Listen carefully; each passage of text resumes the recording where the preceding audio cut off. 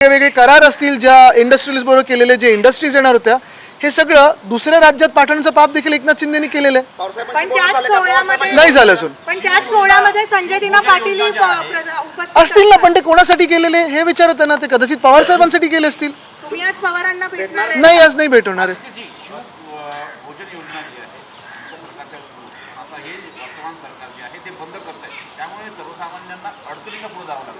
नक्कीच शिवभोजन योजना असेल किंवा आपण एसटीची दरवाढ देखील BSTची दरवाढचा प्रस्ताव येत आहे. मुंबईमध्ये अदानी कर लावणार आहेत, कारण जी देवनारची जागा त्यांनी ढापलेली आहे ते कचरा स्वच्छ करण्यासाठी जवळपास 3000 कोटीचा खर्च येणार महानगरपालिकेवर. प्रायव्हेट जमीन, आता अदानीची जमीन स्वच्छ करणार महानगरपालिका. हे 3000 कोटी आणायची कुठून? तर आता युजर फी प्रत्येक घरावर, प्रत्येक मुंबईकरावर प्रस्तावित केलेली आहे. आम्ही याचा तर कडाडून विरोध करणार आहोत, कुठेही मागे हटणार नाही. आमच्यासोबत ज्यांना यायचं असेल, मुंबईकरांच्या हितासाठी असेल, महाराष्ट्राच्या हितासाठी ते येतील. जे नसतील ते ह्या सगळ्या गँग बरोबर राहतील. पण तुम्ही एक सांगतो तुम्हाला, जसं हे शिवभोजन थाली ही ते आता बंद करतायत, तसंच आपल्याला आठवत असेल, आपल्याच माध्यमातून मी ऐकलं, मागच्या आठवड्यात 2 बातम्या महत्त्वाच्या आल्या. साधारणपणे 79 कोटीचा खर्च राज्य सरकारने केलेला आहे काही राजकीय नेत्यांच्या साखर कारखान्यांच्या थकबाकीसाठी. आणि दुसऱ्या दिवशी बातमी होती की 50 कोटी नाही म्हणून मध्यभोजनामधलं अंड आणि खीर लहान मुलांचीही बंद केली. म्हणजे ज्या राजकारण्यांचे साखर कारखाने आहेत त्यांची पोटं भरलेली आहेत, त्यांच्यासाठी तुमच्याकडे 79 कोटी आहेत भाजपकडे, सरकारकडे. पण ज्या लहान मुलं, अनेक लहान मुलं मुली जे शाळेमध्ये मिड डे मीलसाठी येतात, त्यांना देण्यासाठी तुम्हाला 50 कोटी नाहीत अंड आणि खीरसाठी.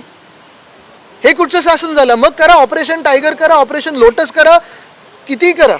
पण जर तुम्ही लहान मुलांच्या मिड डे मीलमधून अंड आणि खीर काढताय आणि राजकीय लोकांची थकबाकी भरताय, हे कुठचं ऑपरेशन आहे? बघा, हे जे पळून जातात ना, हे जय महाराष्ट्र, हे जय गुजरात वगैरे करतात, जय भाजप करतात, जय महाराष्ट्र करत नाहीत. कारण जो व्यक्ती घाबरून, केसेसना घाबरून, भ्रष्ट असल्यामुळे पळून जातो, पैशाच्या स्वार्थासाठी असेल किंवा स्वतःच्या राजकीय स्वार्थासाठी असेल पळून जातो ना, तो जय महाराष्ट्र कधी बोलू नाही शकत.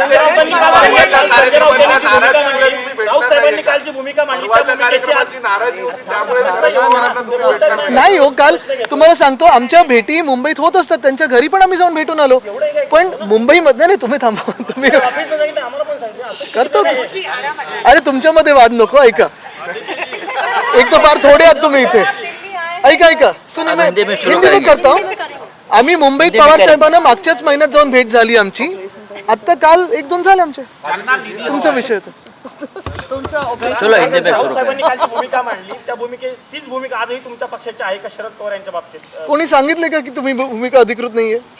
नाही, त्याच्यावर पवार यांनी नाराजगी व्यक्त केली आहे. कुठे ना अमोल कुठे कोल्हे त्यांच्या असतील किंवा even त्यांनी अमोल त्यांच्या कोल्हे पक्षात आणि भूमिका त्यांनी मांडून असं सांगितलं, जेव्हा तुमच्या पक्षातले लोक महायुतीच्या दुसऱ्या नेत्यांना भेटतात, जसं नागपूरमध्ये फडणवीसांना पण भेटले, तेव्हा कोणी तिकडून कोणी नाराजगी व्यक्त बघा, ह्याच्यात तुम्हाला एक सांगतो, आम्ही जेव्हा जेव्हा भेटलेलो आहे तेव्हा स्पष्टपणे आम्ही कशासाठी गेलो आहे हे आम्ही जाहीर केलेलं आहे. जी कामं आहेत ती तिथे नेलेली आहेत, आपल्यासमोर तीच आणलेली आहेत. कधी त्यांचं कौतुक केलं नाही आहे महाराष्ट्रात पडझड करण्यासाठी, कधी महाराष्ट्र लुटण्यासाठी कौतुक केलं नाही आहे, कधी महाराष्ट्रात विकासाला दूर करण्यासाठी कौतुक केलं नाही, महाराष्ट्र लुटण्याचं कौतुक केलं नाही आहे. जे महाराष्ट्राला लुटतात, जे महाराष्ट्रात सरकारची चोरी करतात, पक्षांची चोरी करतात, पक्ष फोडतात, मग त्यांचा परिवार फोडतात, त्यांचं कौतुक आमच्याकडून कधी होणार नाही, ॲज प्रिन्सिपल म्हणून होणार नाही. सगळे खासदार आहेत.